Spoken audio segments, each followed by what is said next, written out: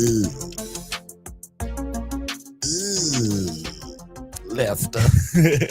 Hello. I wasn't even going for 227, but that was definitely some Jack A vibes. Hello, you beautiful nerds. Welcome to the Drunk Banthas podcast, where we talk about sci-fi, fantasy, horror, and all the popular art that we love. Also, we do it drunk. Mostly drunk. Mostly drunk. Always encouraged, but never mandatory. My name is Jedi Master Grayson, and I'm joined, as always, by my co-host, Brother Bill. How you doing? I'm doing good. Drink responsibly. Yes, please drink responsibly if you are drinking tonight. I am so excited about the show tonight. We got some really cool stuff to talk about. We're talking comics. We are talking Gen V, the last episode of Gen V. And as always, we're talking shit. Mostly shit. Mostly shits. But yeah, like really excited about talking about Gen V tonight. As like we've said I've been saying. I love how you just said we're gonna have fun talking about. That was amazing. Is that what it says? Yeah. We're gonna have fun talking about. I'm excited. No, I'm actually, when you said it that way, I'm actually more excited now. And before we start talking about what we're talking about, let's do a little bit of house cleaning. Just want to remind you guys to I'm actually going to play a quick little commercial of one of our bi-weekly shows. Does it hold up? Where we talk about sci-fi, or actually, it's a bi-weekly show getting ready to be monthly show starting next year. That's true. So you guys only get 12 episodes. So yeah, After these messages, we'll be right back. Have you ever watched a movie from your childhood and thought it doesn't quite hold up like you remember? Well, then you would enjoy our bi-weekly series, Does It Hold Up?, where we revisit classic genre films with a special guest to help us determine if it is as good or as bad as we remember. It's a whole lot of fun, so you should check it out. Please check out the Drunk Bantha channel. They clearly are ready for being seen at a higher level. Back to the show.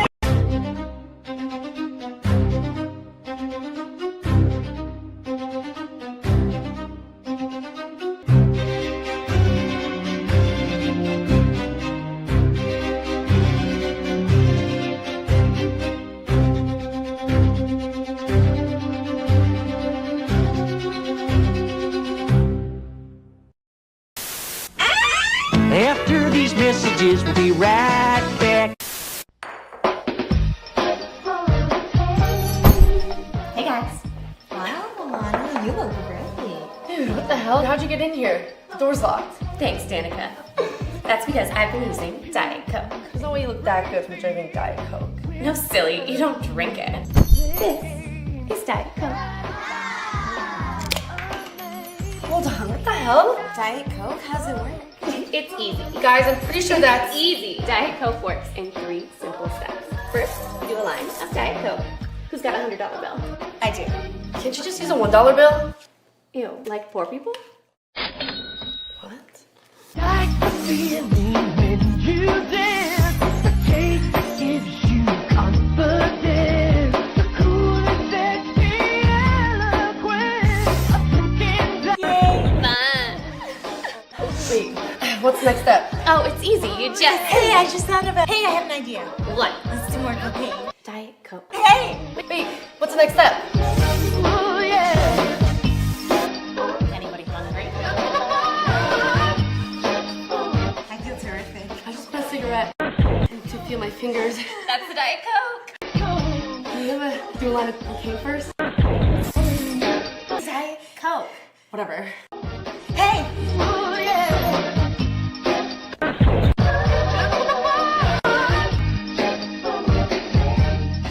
Diet Coke, wherever illegal drugs are sold. Back to the show.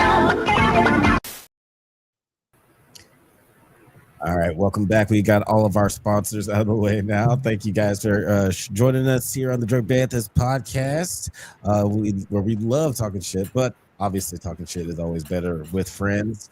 He is practically family, though, but y'all just hate it because he's light skinned. What is up, Doug Brightbill? Oh, not much. Just happy to finally be free and not have him in my head anymore, you know? Yeah, that's gotta feel good. Dougie Doug, otherwise that known burden. as Dougie Doug. That's what they called him in college. Yeah, cool. For some people. All 6 years of it.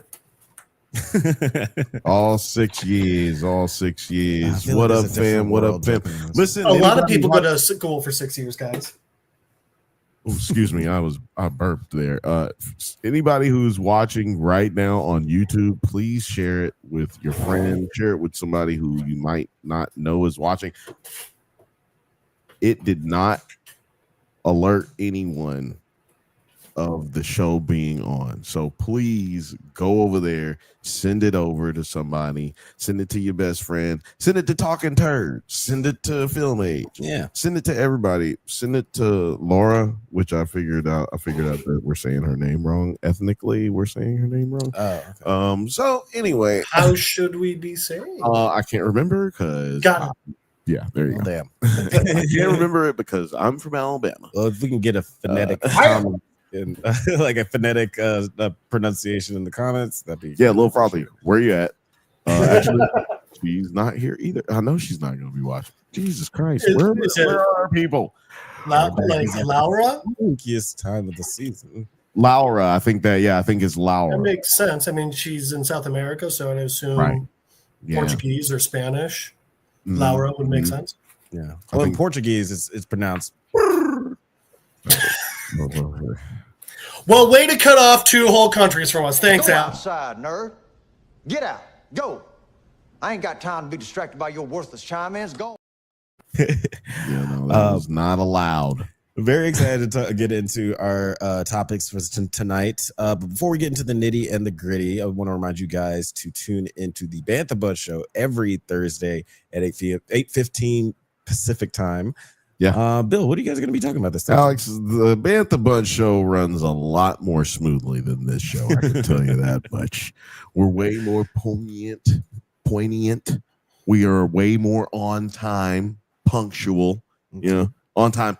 Every single Alex, we're on time every single fucking episode Thursdays at 8:15 p.m. 8:17 sharp 8:15 p.m. Pacific time sharp. You Definitely set your watch to it. Set your watch to it because it's definitely happening on time. I'll tell you that much. Shout out to Film Age. Film Age says what up. Shout out to Fifth Bantha if I didn't say it, but I think I did already. That should be my name. No, that should be his name. Shout out to Fifth Bantha. I may have said his name already, but I think I did say his name already. So it's like when you add that's like when you add the baptismal and confirmation name in. Just make it longer and longer for no apparent reason. Yeah. I'm really good at dragging a bit on. So get it a bit on. I drag a bit on. Tell you what, that's the next drop we need from that episode of South Park. There he is beating that dead horse. Hey, not gonna lie. That is actually no. We're always late on the Bantha Bunch show, and what are we talking about? You're gonna ask me what are we talking about on the Bantha Bunch show? No, don't know. I have no idea. I have no idea what we're gonna talk about this week. There's a lot of talking around the fact that I don't know, Alex. Okay. Hey, no worries. Yeah, it's always that's usually the way it goes. But just like the beginning of every episode of Drug Banthas podcast, Alex. We stall for about 10 minutes. Yeah. By the way, good news. 35 seconds left, and you're good. Yeah, great. Exactly. So we're a little ahead of schedule, but I will let you know that the Bantha Bunch show is the #1 show in late night.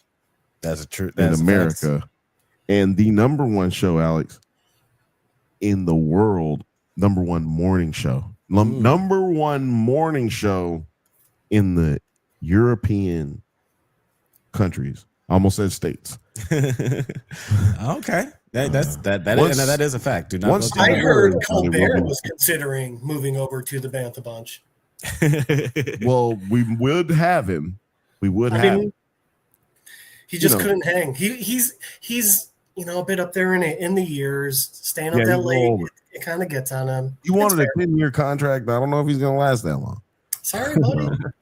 Logistics. You gotta be smart about it.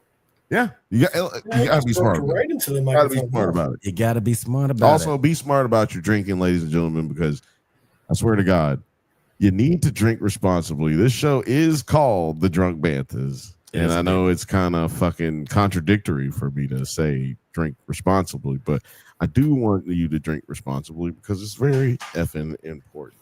And I'm also going to do. If Jaeger ads can say drink responsibly, the Drunk Banthas can say drink responsibly.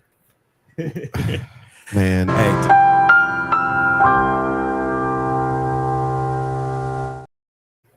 typically, if you're drinking, you're doing it to get inebriated. But there's definitely a safe and responsible way to do it. So definitely, everybody, drink every bar or restaurant I've worked in multiple states technically has a law. You're not allowed to serve drunk clients. Which every time I've heard that, I've just been like, "That's bullshit." Go outside, nerd. That basically means you can only serve them one drink. Yeah. No, not true. Or 2 drinks. Right? An hour. Okay. 2 drinks an hour. Yeah. Like they would go out of business. Actually, no. You know who to go. Never mind. But excited to get into the Gen V of it all tonight. But before we get into those crazy comic book characters, let's talk about some comic books. Let's take a stroll down Jeff's comic book corner. Jeff, what are we talking about tonight?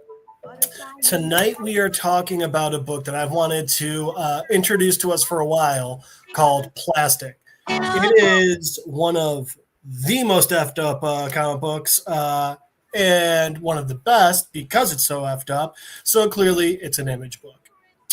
I realized that I must have lent my copy to someone and they never fucking returned it. I got to get a stamp like libraries. Anyway, so this is Plastic issue 1, and it opens a bit differently than most comic books.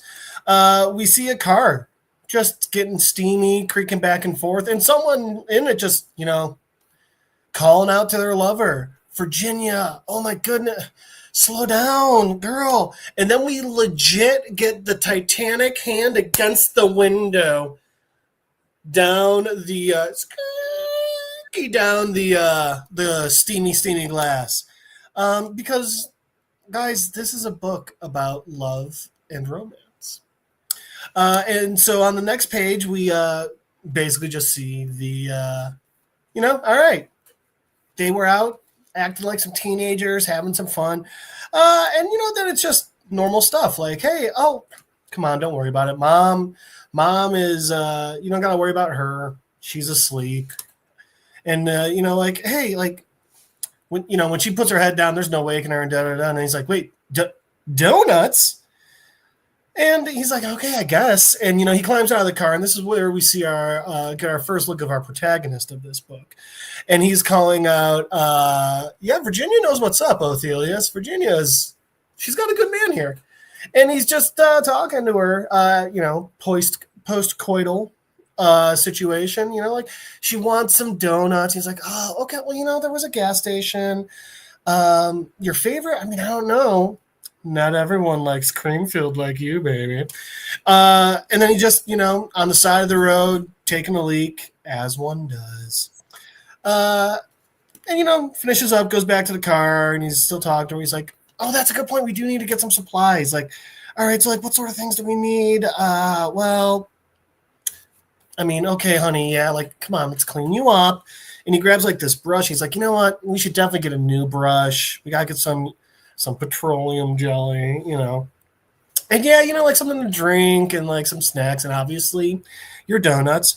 And so he's just talking to her, and then he gets in the car to help her clean up. And then you see the door slam, and Virginia, she wants to go again.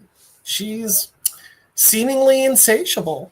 Well, anyway, so after, I guess they have another session, we cut to that gas station. And we got that guy, he's walking in, and he's looking around, and, just typical, very small town gas station. And he's just like, you got any donuts? And the guy's like, I mean, not the best, but hey, unless you want to drive 20 miles, you're getting what you're getting. He's like, okay, that's fair. And he's grabbing the donuts. We just see him walking around this gas station, little convenience store, and he's grabbing the donuts, and he and just like, talking to himself. And he's like, oh, hydration check, and he grabs some beer, and he grabs some petroleum jelly for the boudoir, and like I get waterproof matches for some reason. While he's grabbing all these things, he remembers, Virginia said to also like get another cleaning brush, and like hopefully like one, a bit softer than the one that they have and everything. And we see him just kind of like staring at this cleaning brush. I mean, it's not the easiest to tell, but I mean, it almost looks like a toilet scrub brush. I don't know. And he looks out to the cashier. He's like, do you have any others? Like maybe something softer? And the guy's like, I mean, sorry, dude, it's a gas station. It's all we got. He's like, all right, no worries. And he goes to pay. But he's paying with a credit card. And the guy's looking at the car. He goes, oh, well, Victor, I mean, absolutely cool. That gas you wanted, you can grab that too. But I mean, just so you know, like our credit card machine, I don't know, sometimes it just takes forever. Which I don't know about you, but the way this guy's looking at his credit card, he's like, credit card machine can take some time. You might want to hang out over by the magazines. I thought this guy was going to like steal his credit card number or something. But it turns out no. So we get the main character's name, Victor. And Victor's over there looking at some magazines, and he sees one about traveling in Rome. And the guy's like, huh? What do you know? It went through faster than normal. Victor, hey, pay attention, man. Like, you're good to go. And Victor like goes out to, to sign off for everything. That guy goes, paper or plastic? And this is where it gets a bit weird because Victor gets like shook by that question. He's like, what? And the guy's like, bag for you got stuff. Do you want a paper or a plastic bag? He's like, oh, okay, plastic.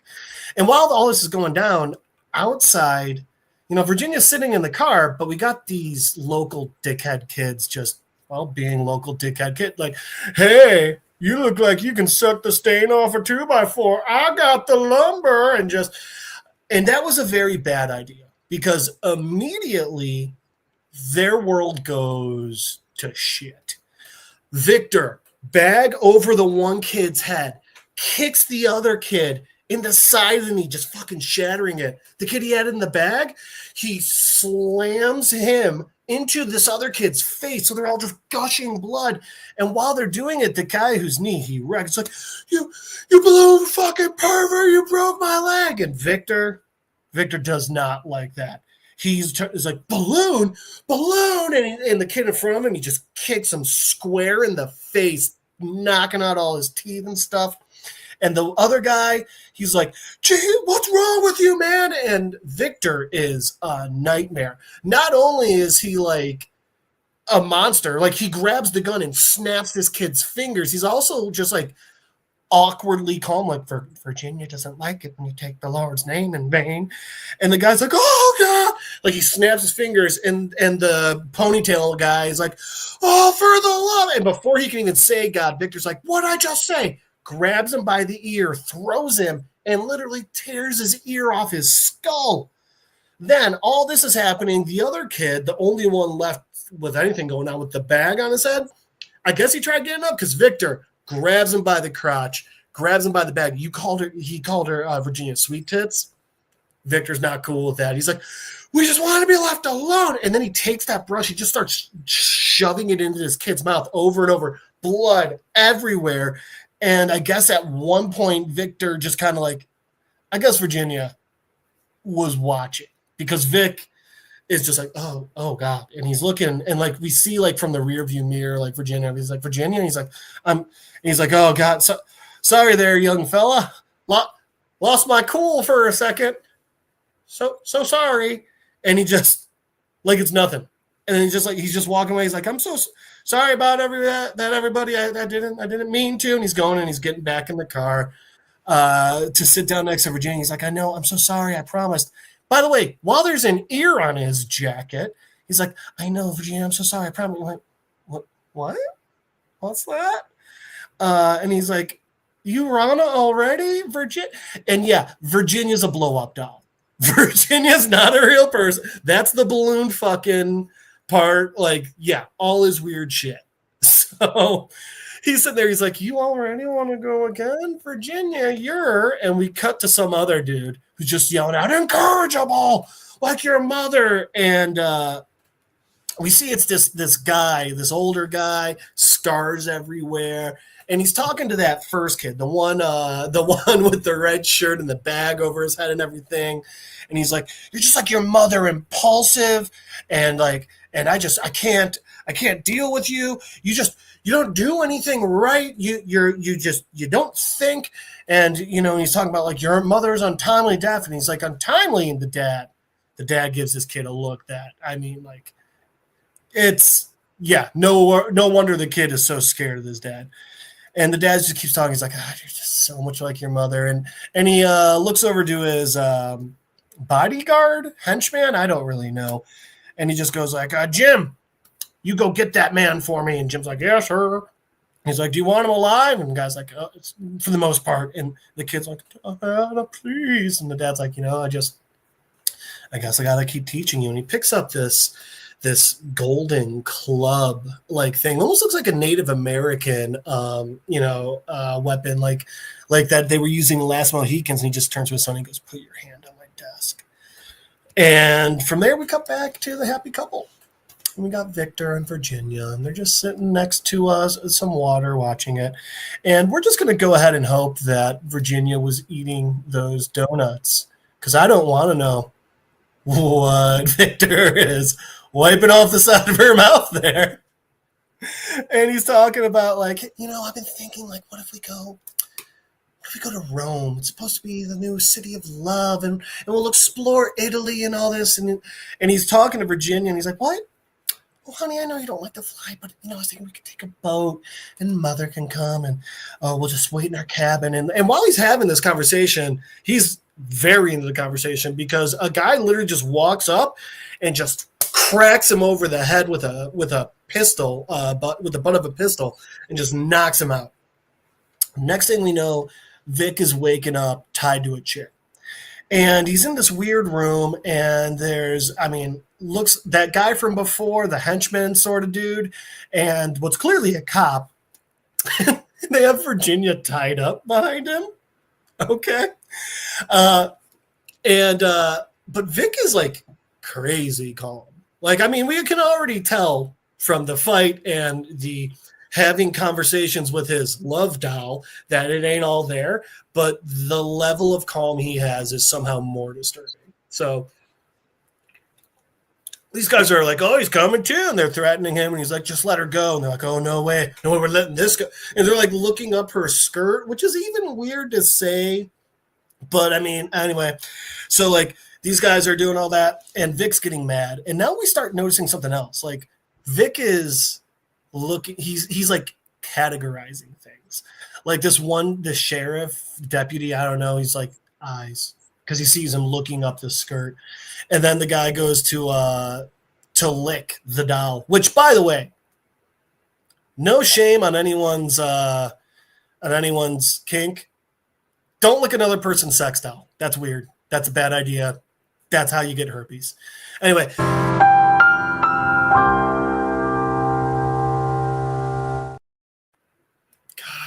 I wish NBC would hire me for that PSA. So, with Elias, I know there's a reason I wanted this comic to be the. I'm so excited. So while Deputy's licking the leg, the other guy's like, Thomas, that's nasty. And we get more of Vic's internal monologue, and he's, again, categorizing these things. He's like, Thomas, tongue. And he's just noticing all the things these guys are doing. And then we get that guy, the dad from before, and he's coming in. And he's like being super like Lex Luthor monologuing. And the entire time, he's like, you sent 3 boys to the hospital. One of them was my son. Da, da, da. And Vic's just like, yeah, sorry about that. And again, he's looking around. He's like, 10,000 square feet. We're over water. And the guy's like, I got to tell you, Victor, normally I would have killed someone for that, but I looked into you. And this is where it starts getting weird. He's like, 10 years? 10 years as a government spy? And all of them are completely classified. I can't find any info on it. Then 2 years ago, you just disappear. He's like, I tell you, and like now he's like looking up at the doll and everything. He's like, I would have just attacked you. I would have just killed you for putting your hands on my son. But the good news is I need someone with some skills. And this is where the guy's clearly just like the thug boss of a small, swamp town or something.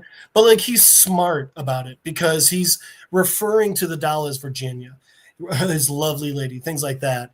But and while he's talking the entire time, Vic's still sitting there. He's like, propeller. He notices light coming in. He's like, east, and like all these things. And the guy just goes, and the boss man is like, I'll tell you what, Vic, instead of killing you and instead of hurting Virginia, you use your skills for me just once, and I'll let you and Virginia go. Everything's fine. And Vic's like, seems fair. Anything for Virginia. And again, just pistol butt to the back of the head, knocks Vic out, and he wakes up in a car. And he's in the car in front of this house, and there's a piece of paper, and it just says, Pratchett House. If they see the sunrise, Virginia doesn't. And Vic just gets out and looks over at the house and just says, for Virginia. And that's the end of the first issue of Plastic.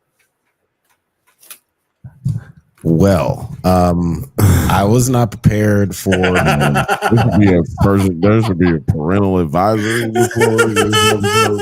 Oh, yes. This whole thing has a parental advisory on YouTube because they won't share anything. So, ladies and gentlemen, if you're watching right now, YouTube is not currently promoting this. So go ahead, post a like and smash that like button. I said post a like, but I meant post a share and smash the like button. But how about you smash a share and post that like button? We should really be careful with the term smash after this book. They start fucking. It was gross. Nice. Best use of that drop yet. Yeah, that was definitely a strange one. Was not expecting it to go in that direction, and it got really upsettingly violent very quickly. So John Wick for much more disturbing reasons. Yeah. Toby Blanco kills all the day. I would say that I'm excited to see the next issue, but I don't think that's the best adjective for how I feel about what happens next. Oh God, I'm just so excited for you guys to see Virginia for the first time. Yeah, my mouth was all I kept thinking when you said see Virginia, I literally kept, this is going to be probably the widest thing I've said all year, but I kept thinking of trains meet Virginia. and then I kept thinking, what year did this comic book come out? Because then I started thinking, was he talking about a blow up now? Oh God, 2017. Okay, so which makes me think blow up. It's more likely the author of this book just fucking hates that band and was like, this is how I'm going to stick it to him. Or he loves that band and he's from San Francisco as well. I like that it has to be that they were inspired in some way by train. There's no other explanation. I'll tell you that I had a run a train joke that I'm going to say for maybe later. I don't know, but I'm not going to say it now. I just know that much. Guys, let us know what you thought of this issue of Plastic. Are you excited to see what happens next week? What? I think they said in the chat that drop gonna go triple platinum on this. And who's this? Whose channel? Tunerific Tariq's channel? I don't know Tunerific Tariq. Shout out no to clue. Wait, what's the drop? What was the drop? They were fucking. It was weird. Oh yeah. They start fucking. It was gross. That nice. It's true. But yeah, let us know what you thought of that issue of Plastic. We will be covering. Well, Jeff will be covering the next issue next week. I love how you immediately tried to distance yourself. Yeah, like, I'm not associating myself with this. What? You got a mouse in your pocket? What you mean? Nigga, no. Not my pocket. So fucking weird. Just so y'all know, Jeff's comic book corner will be continuing for infinity, but you can catch Jeff's comic book corner on the Nerds at Night channel starting next year every month. That means that you're going to get 12 issues given to you just like we do it right here, except it's going to be just Jeff and some clips of just stuff. Jeff. Just Jeff. That's our new deodorant. Just Jeff. As long as I don't have to co-host with Virginia. Just Jeff. Damn, we got to get a just Jeff button. Oh, that. Okay, yes. Yeah. I thought that was going somewhere else. Just Jeff. So yeah, y'all come watch Just Jeff and the comic book corner. It is your favorite reader's favorite rainbow. Yeah. Kobe Blanco. That works. But we should go ahead and move on to our next and last topic of the night. We are talking one show tonight, and that is the Amazon Prime original series. That's right. It is the 70 last episode of Gen V season 2. The what?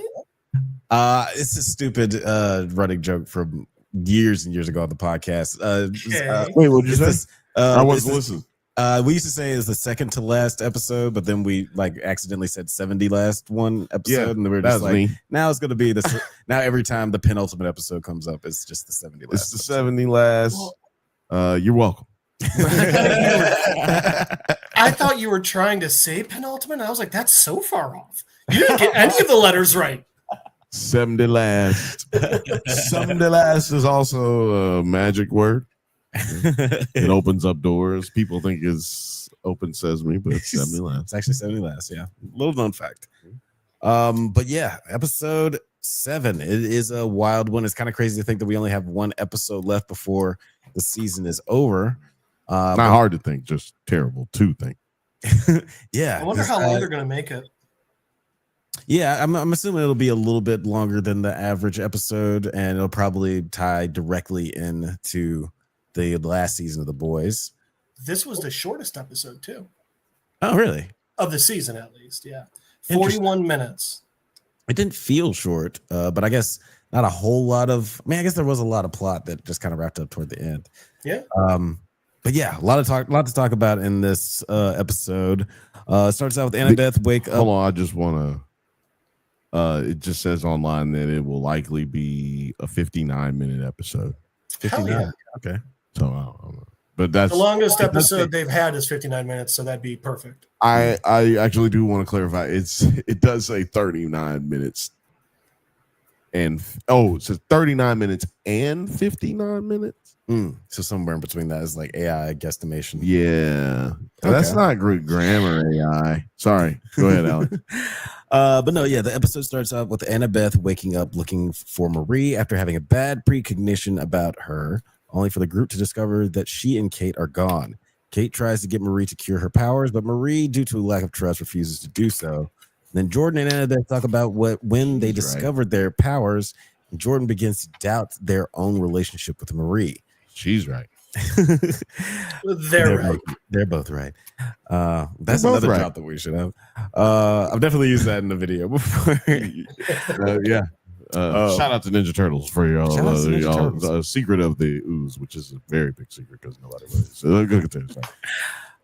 Marie, such a good movie, sort of. Marie and Kate go to Cypher's house to look for Thomas, but Polarity tells them he has taken him and shares his plan. Polarity has a seizure, but Marie heals him completely. So we do see Marie being hesitant to use her powers and a fear of healing a soup that she doesn't trust. And we kind of see that kind of our worst fears come true later on in the episode. Which is fair. Yeah. Kate literally... To be fair. To be fair. Yeah, to your point, yeah, she's been very untrustworthy, but her worst fears end up coming true later. But what did you guys think of Marie's healing Polarity, and then also Polarity making the case for the seductive nature of the Vought machine. Doug, I thought so. The Marie healing polarity part. I know it had to happen plot wise. We had to do it, especially considering I'm assuming they didn't plan on Polarity Senior kind of being so long term when they set up his seizures in season 1, But then with the real world issues with the actor playing Polarity Junior passing away, they had to keep it going. Yeah. So I think that's a part of why they ended up having her heal him. It was that was honestly the only real part I was bucking up against in this one, was just when I was like, I mean, come on. She doesn't even know how she healed her sister. And then in this one, she's just like, he's having a seizure, I'll heal him. And it was like, at least give a little more, like, I don't know, like have some self-doubt and then heal him. But other than that, I mean, okay, I get it. We got to move the story along, whatever. But Polarity, talking about the Vought machine and talking about being in it and everything, it was a really interesting point that I think is one that holds a lot more merit than one would think of at first glance. First off, this is the world that Soups live in. Like we said I think it was the last episode, a lot of it is social media management and like agents. It's basically you're a movie star, but just walking down the street is your movie. And with the amount of money and everything you get, you're going to get caught up in that machine. And I understand why Marie was kind of like, no, what are you talking about?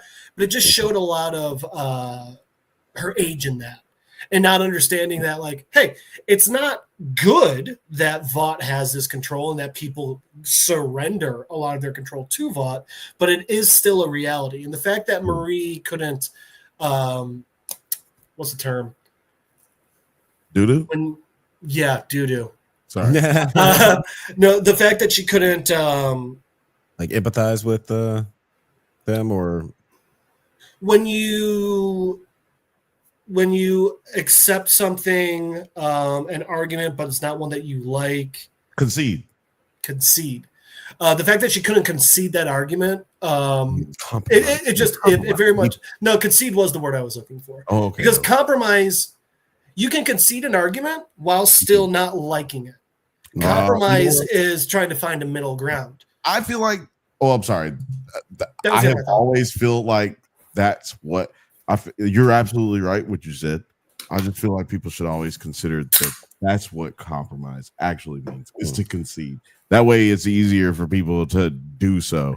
It's like, if you concede something, then maybe I know what I understand that you're absolutely right. Like I said, in the way. And I see what you're saying, but the issue there is that when you concede, you then have to accept that this is the reality that we have come to. I don't think Marie did that. Yeah. No. Yeah. You're right. Yeah. Yeah, like there's that old adage about like a good compromise when both sides are upset or neither party is happy. Yeah, I think it was. I think that's what concession is, in my opinion. Is nobody's going to be happy, right? If you're going to concede, then no one ends up actually happy. But we've reached a point where we can both just be equally unhappy about how this works. Like we both got something out of it, but we're equally pissed off. That's just how y'all should feel. But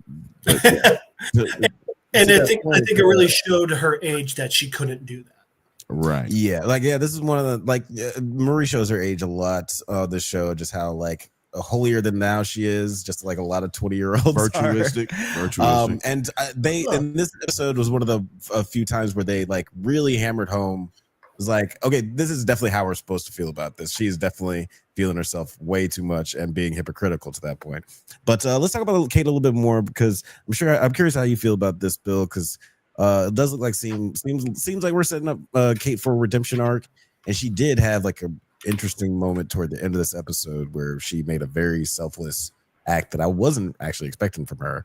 Are you expecting us to have like a great redemption arc where she's more of a good guy, or are you expecting her to be one of the people that gets killed at the end of this episode? I mean, this season, or maybe she betrays everybody at the end. Like, what do you see for Kate in this last episode? I mean, she's gonna get her powers and be a good little psychopath, sociopath. You know, I mean, the way all of this is working, in my opinion, this is all moving up to a point that in the boys, they'll be able to stop both Billy the Butcher and Homelander in a way that brings all of this together like butt cheeks. And I just feel like for some reason, I don't know, it just feels like they're doing all of this to give a way to get out of the hole that they've blocked themselves into, or the hole, the wall that they've written themselves into, which is now I need to figure out a way to kill Homelander due to the fact of the way that Homelander dies in the comic books, which I cannot divulge to not give out spoilers. But I will say you should watch heavy spoilers and check him out. And then you tell him how you feel about these spoilers that I would, give. I don't know. But I don't know if you guys saw. There is now another Supernatural'er coming to the last season of The Boys.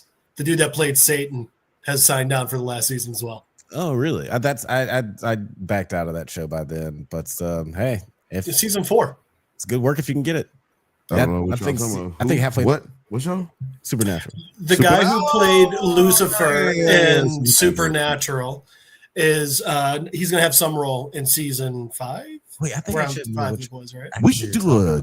He's the blonde guy. He nope, never mind. Seems just like very unassuming. He's got one mole right there. Oh wait, maybe.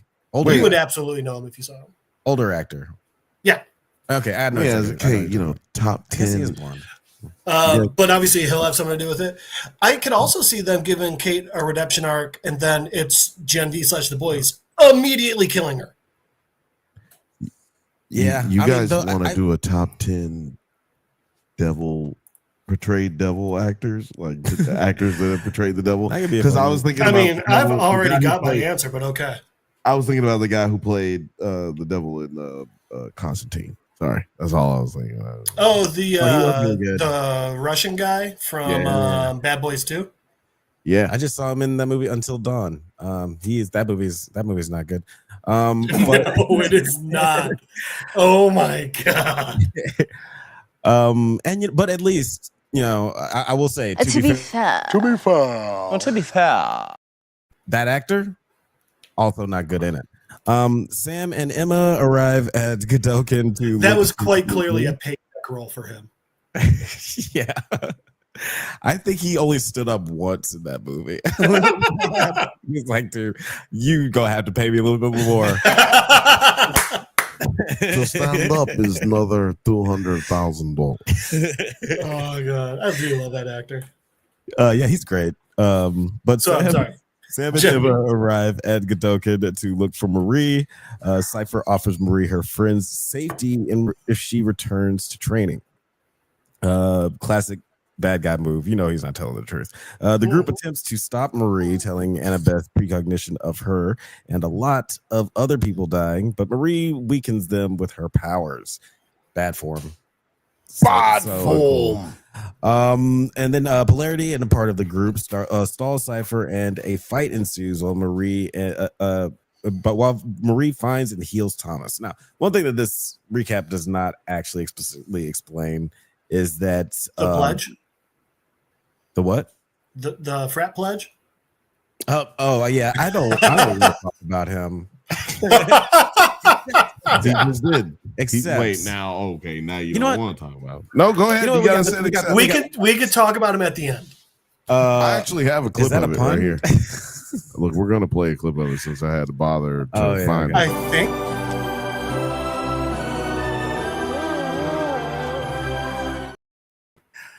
Well done. Sorry, I didn't mean to cut you off, Jeff. What did you say? I think it's an unintentional pun.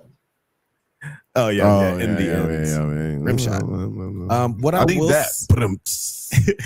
will say, just about like that they didn't explicitly say in this rundown is that Kate, Marie, gives basically says, Kate, could you? If I will heal you and give you your powers back if you wipe everybody's memory and just like tell them to leave me alone. Make them leave. And and then Kate is like, yo, that's evil though.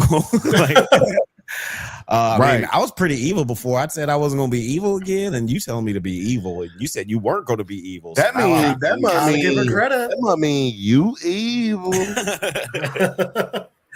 But she just really shows like I guess like, I'm curious how you guys felt about this moment because I was shook by this. This was like one of the coolest moments of the episode to me. Doug, when Kate actually proved herself a good guy. Yeah, when she says, "Yeah, nah, I'm not doing that." I did not see it coming. I thought, if anything, she was gonna be like, "Bet," and then immediately like, "Marie, don't do this."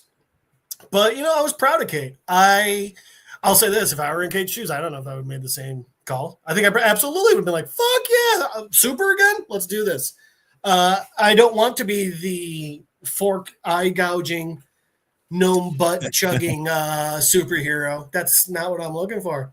So yeah, that was actually really cool of Kate, and it was also smart writing because it was a way of showing Kate's growth in a way that we didn't need this extensive monologue. We didn't need like all these trials and tribulations. It was a 3-second clip, and it showed the vast amounts of the vast amounts of growth that Kate's had, and the Chief Heart. I think it is Kate with a C. And it showed the growth she had, and it showed her like that's a redemption arc. That's acting like a hero again. It's heroic to be a hero when it's not easy, and this is the most not easy it could be for her. It's not being a hero it's the saying that I heard is it's not being brave if you don't do it when you're afraid. Like it's only brave. That's what bravery is. Right. You're doing it when you're afraid.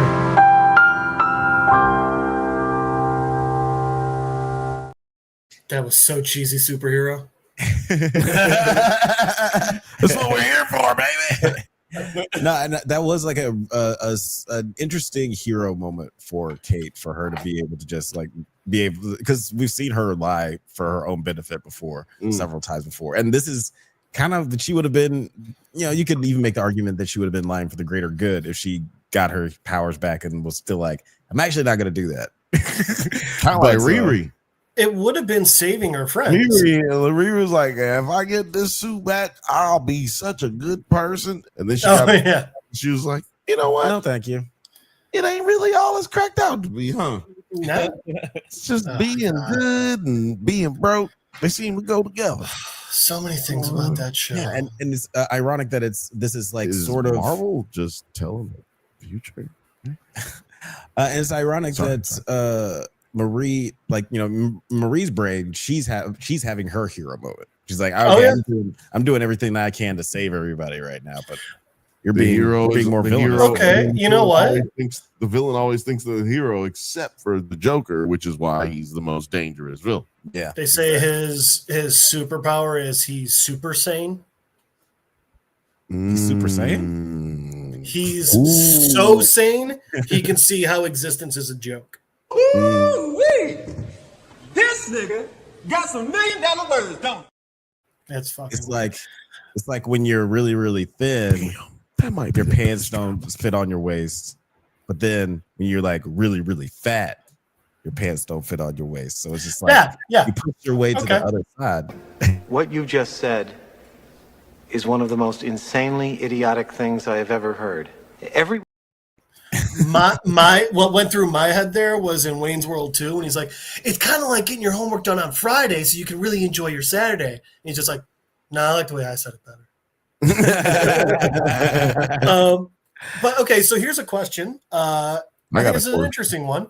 So Kate's situation was Kate she chose to allow her friends to go into danger because she refused to take that voice and that choice away from them.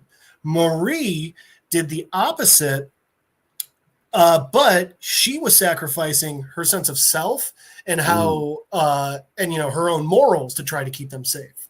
Preach which is more heroic. God damn, which one is more heroic? That is a good point. Alex, answer him. You know what? I'll y'all answer in the comments. Oh Sorry. yeah. Please, let us know what you think in the answer in the comments, comments. and I'll make this answer a little long-winded, so give you guys a chance to. Oh, no, Well, it reminds me of a moment from the Peacemaker finale, or it was actually the 70 last episode of that as well, where Jennifer Holland's character almost killed Peacemaker's brother. And hearing Jennifer Holland talk about it in the Peacemaker podcast, where she was saying that she was basically sacrificing. You've been cheating. Listen, you've been doing research and shit. Which Jennifer Holland said that she saw it as the character sacrificing Chris's love for her to save him.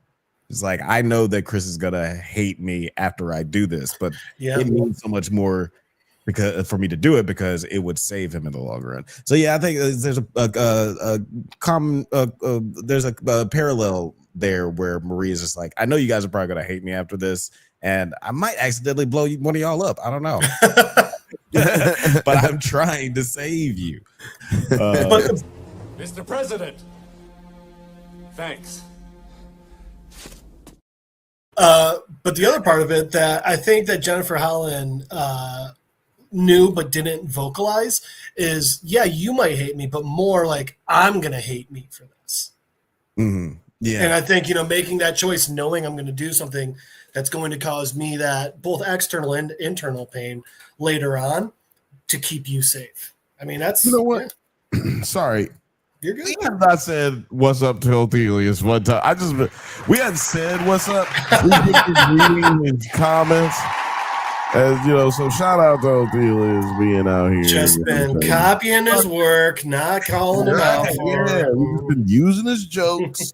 You know what I'm saying? Giving him no love. We all went to college. We know APA format. You just got to cite him, and then it's fine. Check it out. We get this. If for all of you who have been just enjoying Othelius's comments and just watching without commenting on your own, I suggest that all of you share this right now, because Othelius is killing it. And if you guys can share and get us YouTube, what is it called? Drunk Bantha Streams channel. There it is. Drunk Bantha Streams channel. If you guys go over there, we'll make Othelius an admin for the channel. Go ahead and do it. Let's get it going. Let's get it going. Yeah. He's killing it for y'all for the past 2 years. Ever. Yeah, exactly. And also we'll do the simulation presents too. We'll just start giving out admins. Good. Yeah, not the Drunk Banthas channel though. No, not that though. But at the end of this episode, Polarity and the group discovered that Cypher is actually an ordinary man named Doug Brightbill, who was controlled. He's got a cat. Who is controlled by Thomas Godolkin. Kate, Emma, and Annabeth help Marie escape, while Thomas begins his plan to kill all the weak soups. So as we mentioned, Marie was worried about all the niggas. As we mentioned, Marie was worried about healing the wrong soup, and that's exactly what she did. And we get this ominous ending where Thomas kills poor, what was his name? Halpin? Was that the guy's name? Halpin? The diaper dude? Diaper Dandy. Handfoot? Handfoot. Is anyone else here upset that we didn't get to see that power? I mean, it's literally just Beast before he went blue. But maybe, I'm just saying, this you brought me right into exactly this point. First of all, easy on Fifth Bantha says easy on giving out my job. I'm just letting y'all talk. It's not about giving out a job. It's when we get to like 20,000, 100,000 followers. You're the editor. It's fine. Yeah, look, if you get to 200,000 followers, no one person will be able to keep up with that. And that's why you need to share right now. Share it right now. No, Othelius is like, I do not want to have anything to do with that. No, we're doing it. I just want to comment anyway. I'll just do it anyway. I have no interest. What was the question again? What was the question? Handfoot. Yeah. Listen, Handfoot could possibly, and other mutants.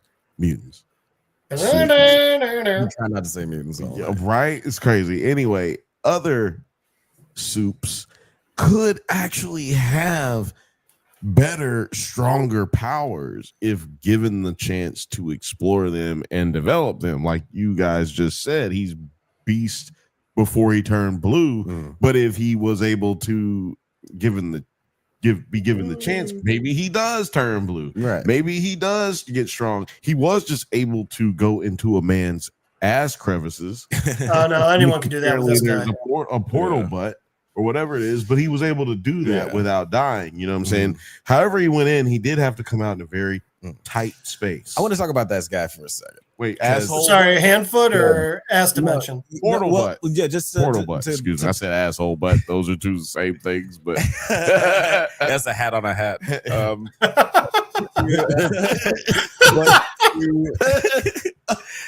But yeah, to your point about the hand foot guy, yeah, like there could be a subtle commentary there about just like how people could evolve more. I think they talked about that a little bit in that Grant Morrison run of X-Men about just like the second evolution, like when Emma Frost gets her cooler powers in that run. Well, with Beast, remember, it was because he injected himself with, I think in the movie it was Raven's power. I don't remember what it was in the comic. He was trying to cure himself in the comic. Handfoot could technically inject himself with more V. Could have. Yeah. I mean, yeah, that's Anyone else in that Hereditary's his head off? Anyone else was expecting his head to pop off? Like I was expecting it to actually pop off like Hereditary, but it didn't. Yep.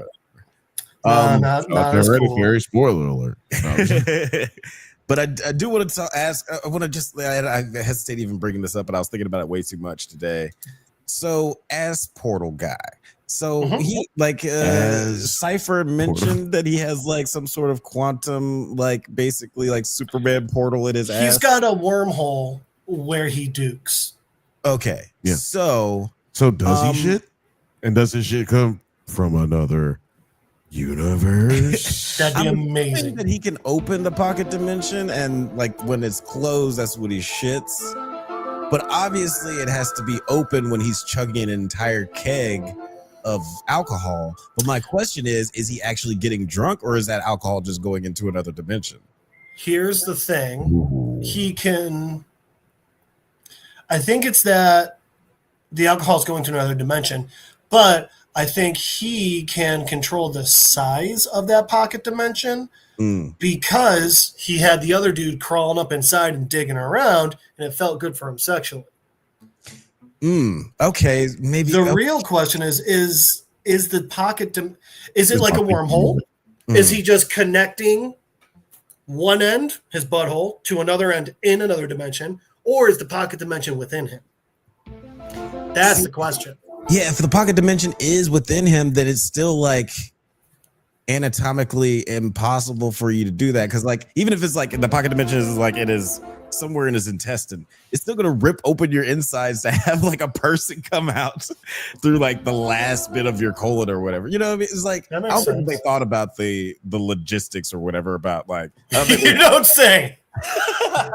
You don't think they brought in Neil deGrasse Tyson to ask him about ass dimensions? Who would have thought, Alex? I was just like, how is he getting drunk?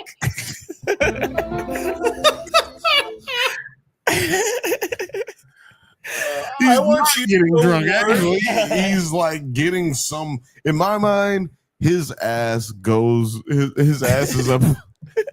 This is amazing. A weird sentence to say in the English language. His ass is a portal to Smurfland, and he is getting all of the Smurfs and Gargamel hella mad drunk. I was thinking of it as a water slide, but instead of like that cheap plastic wall, it's just like stars. Oh God! In my mind, this Smurfette is faded. Also, man's ass. Also, how pissed off are you if you're at that fucking party and you just stand there with a red Solo cup and you're just like, I could have drank that Yeah, and maybe it's the alcoholic in me that's just like, this dude's wasted beer. He's not even getting drunk off of this. He's just like, look how cool it is that I can destroy everybody's.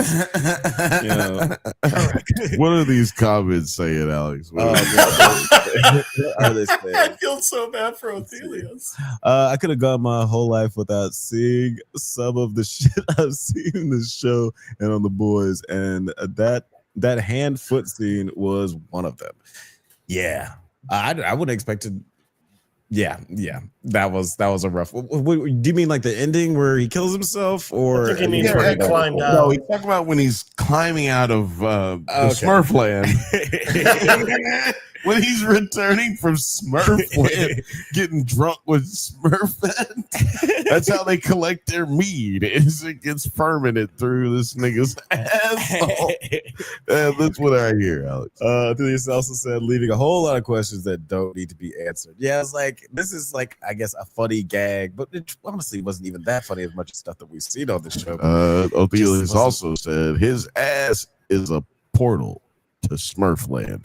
NAACP certified film creator, Brother Billiam. I'll say this with Godolkin, having hand foot just choke himself to death. I get it. I get that it's a show of not just his what his power is, but how strong it is. But and I'm sure this is only because I loved this show and saw it when I was younger.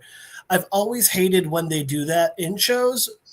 Because I loved the Smallville explanation where there was the person that was mind controlling everyone. And what they had to do was put the people in a situation in which they would die. And the person who's figured out, like, well, why aren't they just mind controlling them to jump off a building? And the guy's like, because the most basic human brain function, the most basic human thought is to survive. So just like, you can't just switch that off if they weren't already thinking it. You have to put them in a situation like that. And I always thought that was just such a cool way of showing that whole mind control made people kill themselves sort of thing. And just a thought that I thought that other people didn't tend to have. So I thought it was really cool. So now every time I see something like this, I'm just like, oh. Well, I'm not gonna lie. I love how you said you thought it was cool because it was a thought you had and you thought no one else would have had it. Bam.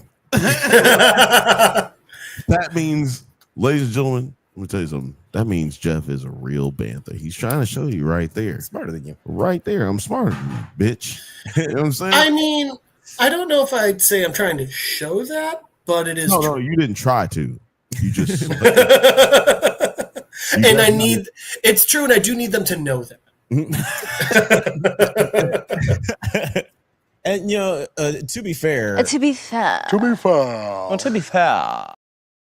there have been a lot of like interesting observations on this show. That's but my also new show coming out. Interesting observations with Bill on Wednesdays.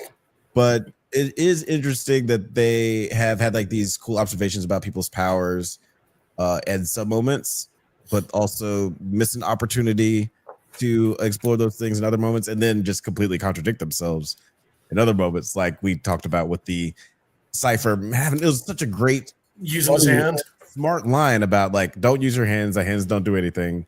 And then a couple episodes. Literally the next. It was the next episode. It was the next episode. Yeah. Jeez, yeah, and clearly they filmed and wrote that line afterwards. And I get it; it's hard to dramatize visually someone taking over somebody else. Telekinesis. That's why they do that all the fucking time in movies and comic books and everything. But if you're gonna say it, you're gonna have to figure out a creative way around it. You need to do what cartoons. I mean, the way that they could do it. I'm not gonna say they need to. The way the cartoons get around that is creating like today they would like now like waves in the air. Yeah, they'd have to create a CGI wave that went through, which I think that would be kind of cool. Or maybe you create that effect that we see when it's like hot, when it's really hot outside, and you see that mirage effect of the wet heat waves. Road. Right. Yeah. Like, so if you could do something like to recreate that, just to y'all's point, to make it to where they're not always. And you remember in Stranger Things, the last season of Stranger Things that was out, you know, the one before the season where every episode's a movie. Gotcha. Yes, the coming November 29th, we'll be covering every episode here one at a time because we're not sociopaths.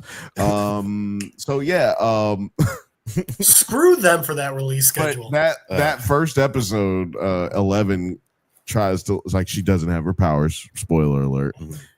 And she tries to like do her powers on some girl who's just picking on her, which. So glad she didn't have them for that young lady. Yeah, she would have murdered that poor child. She did later bust her in the face with a roller skate. But, but my point is, using your hands like this is so ridiculous. They pointed that out in that. It's like, you kind of look motherfucking crazy, putting your hands all in the air and nothing happening. Like, you know, yeah.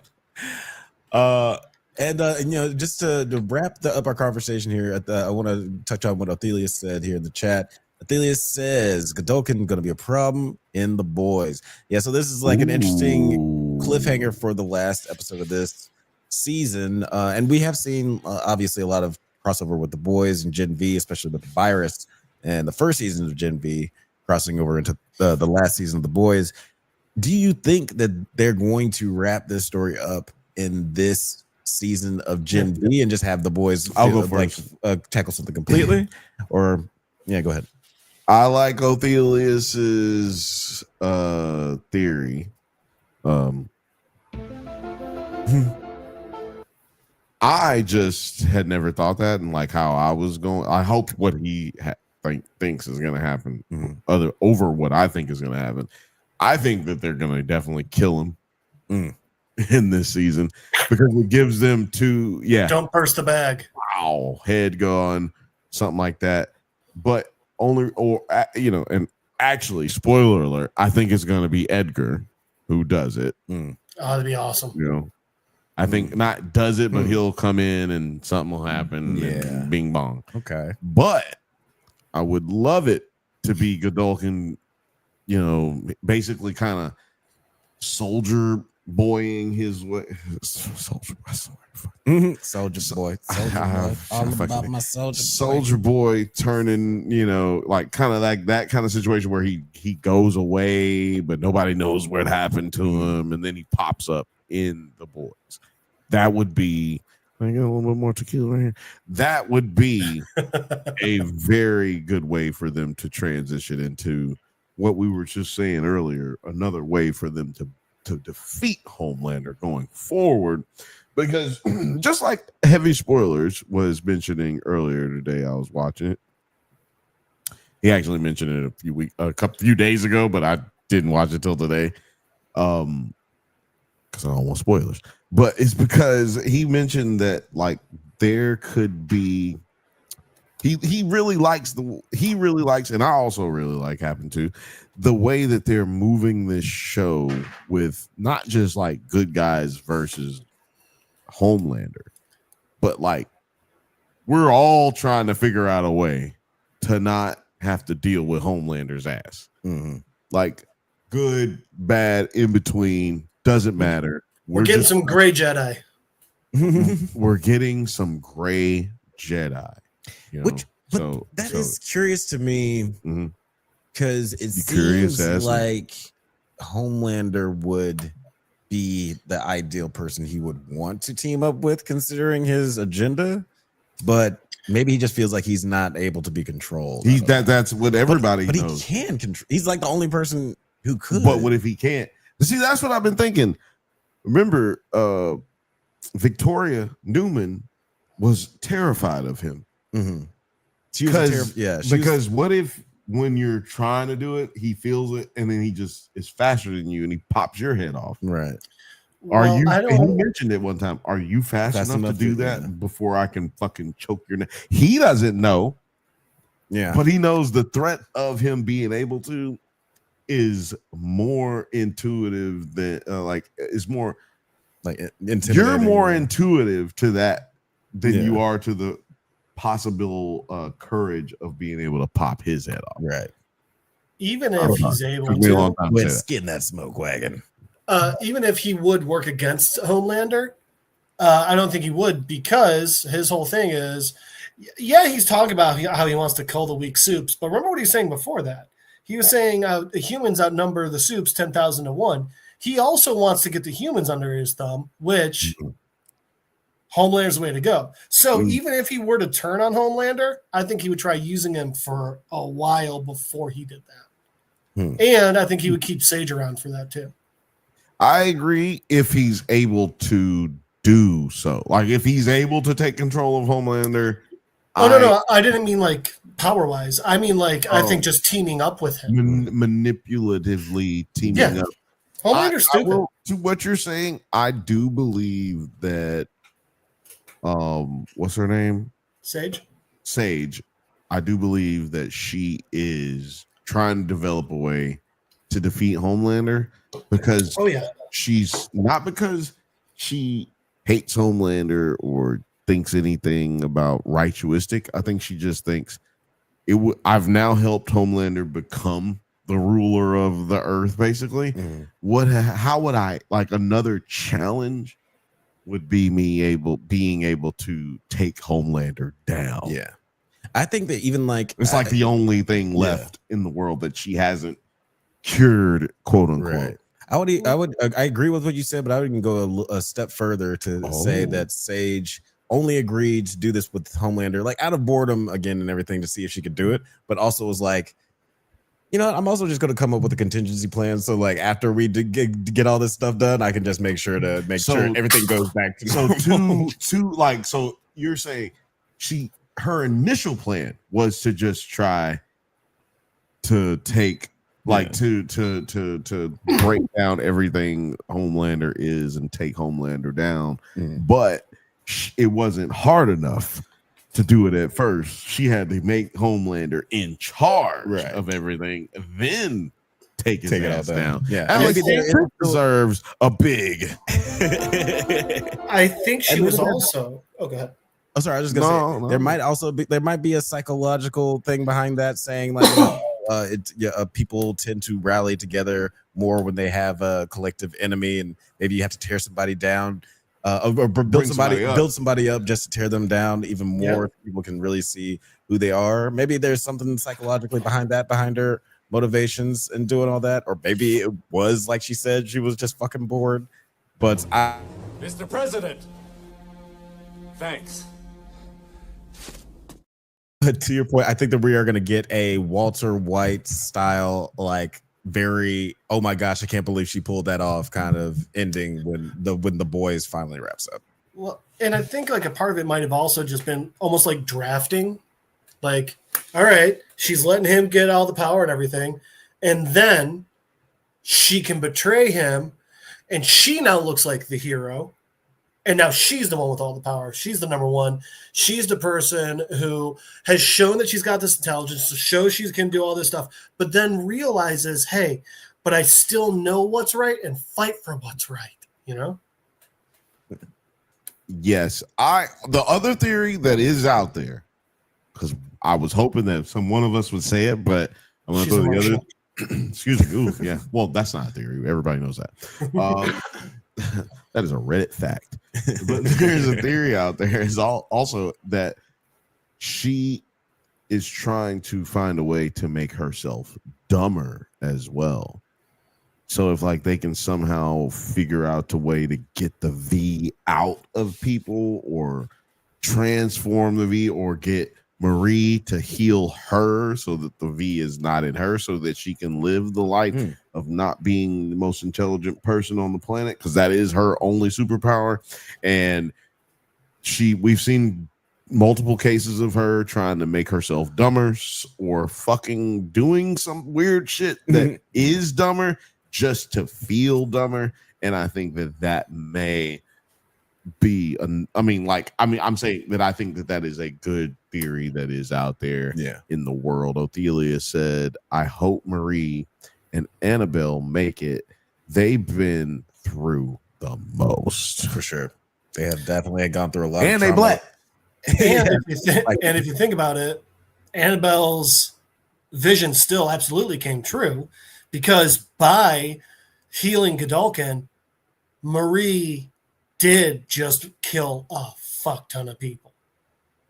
Oh yeah. Yeah, maybe it is more because we don't know how More metaphorical than like seeing, her precogs are, like how literal they are. And she did mention like sometimes it's just kind of like a feeling. I got a feeling. I do agree. Yeah, they've been through a lot of trauma, these two characters, so it'd be cool to see them, especially with just dealing with their own powers. Man, so God, you should focus on nothing but therapists. Just 100%. 8 therapists for every child. Can that be a superhero that somebody has? I'm a goddamn therapist. He got a woman with a fucking bumblebee tail. Yeah, I hope she dies. Who will die if she accidentally stabs? And we're right. Like Alex is right. Like, well, she's gonna die, right? Yeah, that's Schrodinger's totally set that up for 2 episodes. If we don't get it, it was on the cutting room floor. Not Schrodinger's bee stinger. What you call it? Chekhov's Chekhov's bee stinger. Oh well, Chekhov's. I think Schrodinger's bee stinger works as well. We haven't seen her since episode 2, and we can make it work. Yeah, we can make it work. But guys, let us know in the comments what you've thought of this season of Gen V so far. Are you excited about how it's going to transfer over to the boys? Oh, Athelia said in the chat, after that foot hand shit, I need a muffin. I got a real good one. I can refer you. One last thing about this episode. 2 last things about this episode. One, he's been great all season, but the second he went back to Doug, good God, Hamish Linklater, I don't know how to pronounce his last name, can fucking act. Yeah, he's great. And 2, second highest rated episode this season, second highest of the series. Okay. I was going to say, yeah, because every episode we got to start making sure we get these ratings from. If they're surprising enough, I bring them up. If it's just like, that's what everyone would think.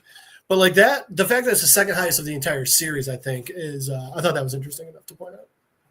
Yeah, I think that there's a lot of people who had predicted this twist and a lot of other people who were just trying to see what the twist would be. So I think this is very highly anticipated for those reasons. And for the most part, I think like this episode stuck the landing. It's been very enjoyable this season. Very excited to see how it's going to translate into the final season of The Boys. But before we get out of here, Jeff, do you want to tell the people where they can find you on the interwebs? Hold on. No. No, I don't. How dare you? You're not going to do that. I'm not. You're going to do. So the highest rated episode was. Oh, yeah. There you go. So the highest rated episode was the season 1 finale, which was only an 8.5. This was an 8.3. So I'm guessing season 2 is going to be the highest rated, just the way the season's been going. Yeah, I imagine. I mean, unless I don't know, Alien Earth. Sometimes endings are hard, man. Sometimes endings are hard. We don't know how. People ask why I have trust issues. Alien Earth is why I have trust issues. It's a good goddamn example. It's hard ending things. Fucking Game of Thrones. There are people who hate the Seinfeld ending. It's hard endings. Yeah, like me. Fuck that ending of Seinfeld. I've never seen it. But I just remember. It was 2 full episodes of them just showing recaps. That was a clip show? 2. It was 2 clip shows back to back. Thanks, Larry. Fuck you. Yeah. No. That's even look at the ending of The Hobbit. There was so much after the big climactic rings destroyed that was just like, I've been holding my pee for 2.5 hours, and you're going to make me hold it for another half hour of nothing? Fuck you. But yeah, where can the people find you on the interwebs before you get out of here, Jeff? And after you get out of here? They can find you there. That okay this time, Bill? It is. Okay. There we go. You can always try and Skype me, Don Cheadle's driveway at littledickie2.com. It's because of the hackers. Because of the fucking hackers. You can try and find Jeff Madel on Facebook at MadelJeff on Instagram, but the easiest way is just be here on a Monday night. Just fucking be here, you weird dickhead. Just be here. Sorry, I say random outlandish shit when we get past the hour mark. Yeah. Be here or be squeer. That doesn't work. Be here or be queer. Be here and be queer. All are welcome. Thank you for listening to the Drunk Banthas podcast. We do this every Monday at 8 p.m. Pacific time. But don't forget to like and... You can find me on the Bantha Bunch every 8:15 p.m. Pacific time on Thursdays. Sharp. Sharper than the show. We do this every Monday at 8 p.m. Pacific time. But no interruptions. But don't forget to like and subscribe and get updates on new videos. Check us out on Twitter, IG, TikTok, Letterboxd. Likewise, all the internet things at the Drunk Banthas. Stay safe, my little inhumans. I mean, mutants. I mean, soups. And may the so much better than what you could have gone with. Thank you. Use of let's see how we say that. Acetaminophen. Is that okay?